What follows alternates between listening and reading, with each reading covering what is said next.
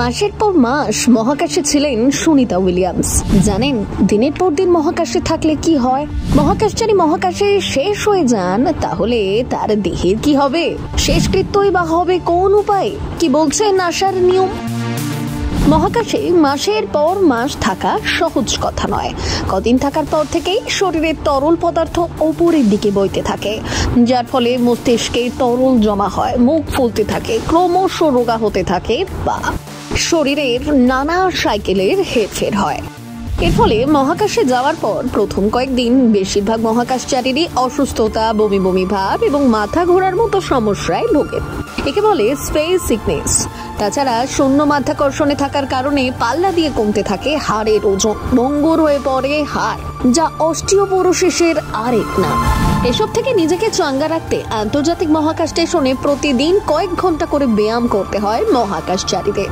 চোখে নানা সমস্যা দেখা দেয়, মূত্রে ক্যালসিয়ামের মাত্রা বেড়ে যায়। জানেন, পৃথিবীতে হাঁটা চলা করার সময় অভিকর্ষজ বলের কারণে মানবদেহের পেশি শক্তিশালী থাকে, কিন্তু মহাকাশে পেশির কোনো ব্যবহার না হওয়ায় তাদের পেশি দুর্বল হয়ে যায়। অনেক ক্ষেত্রেই মহাকাশে থাকার সময় 3 ইঞ্চি পর্যন্ত বেড়ে যেতে পারে মানব শরীরের উচ্চতা। সেই সঙ্গে ত্বক এতটাই নমনীয়, স্পর্শকাতর হয়ে যায় যে পৃথিবীতে ফিরে তা সম্পূর্ণভাবে ঠিক হতে অনেকটাই সময় লেগে যায়। তবে এগুলোর মধ্যে সবথেকে ভয়াবহ বিষয়টি হলো রেডিয়েশন। মহাকাশ স্টেশনে রেডিয়েশনের মাত্রা পৃথিবীর থেকে 100 গুণ বেশি শক্তিশালী, যার ফলে মহাকাশচারীদের ভবিষ্যতে জটিল রোগের ঝুঁকি অনেক গুণ বেড়ে যায়।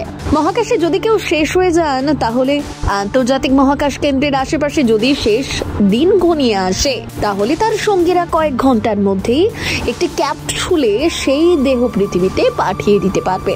286 দিন মহাকাশে কাটিয়ে পৃথিবীতে ফিরলেন সুনিতা। শরীরে আর নতুন করে হাড়ই তৈরি হয়নি সুনিতাদের। পেশির বৃদ্ধির জন্য যেটুকু দরকার সেটুকুই হয়েছে। ওজন ধরে রাখার মতো হাড়ের শক্তি আর নেই। তাই পৃথিবীর মাটি স্পর্শ করা মাত্র যদি তারা দাঁড়াতে চান, তাহলে তৎক্ষণাৎ পড়ে যাবেন। হাঁটাচলা করার প্রশ্নই নেই, কারণ স্পেস স্টেশনে সর্বক্ষণ ভেসে থেকে হাঁটতে ভুলেই গিয়েছেন তারা। আপাতত কয়েক মাস হুইল চেয়ারেই বন্দি থাকতে হবে। কেবল দাঁড়ানোই নয়, বসে থাকা বা শুয়ে থাকার সময়ও আলাদা করে কোনো অনুভূতির জায়গা থাকবে না। সেখানে জলে বসে থাকাও যা, লোহার চেয়ারে বা কাঠের চেয়ারে বসে থাকাও তাই। একইভাবে শুয়েও সুখ আসবে না, কারণ নরম বিছানায় শুচ্ছেন নাকি শক্ত মাটিতে শুচ্ছেন তার অনুভূতিটাই থাকবে না। টাটকা সবজিও তেমন ভাবে পাননি স্পেস স্টেশনে। হয়তো লেটুস বা টমেটো ফলিয়ে খেয়েছেন তারা, কিন্তু তাতে পুষ্টির চাহিদা মিটবে না। তার উপর প্রতিদিন ঘন্টা 2 করে হলেও শরীর চর্চা করেছেন, সেই ক্ষেত্রেও প্রোটিনের ঘাটতি হয়েছে। তাই পৃথিবীতে ফিরে টাটকা সবজি, ফল ও প্রোটিন জাতীয় খাবার বেশি করে খেতে হবে। রক্তের ঘনত্ব কমে মহাকাশে থাকলে প্লাজমার হেরফের হতে পারে, তবে তা মাস 1.5-এর মধ্যে ঠিকও হয়ে যাবে। তবে বুচির চেয়ে সুনিতা অনেক বেশি দুর্বল হয়ে পড়বেন।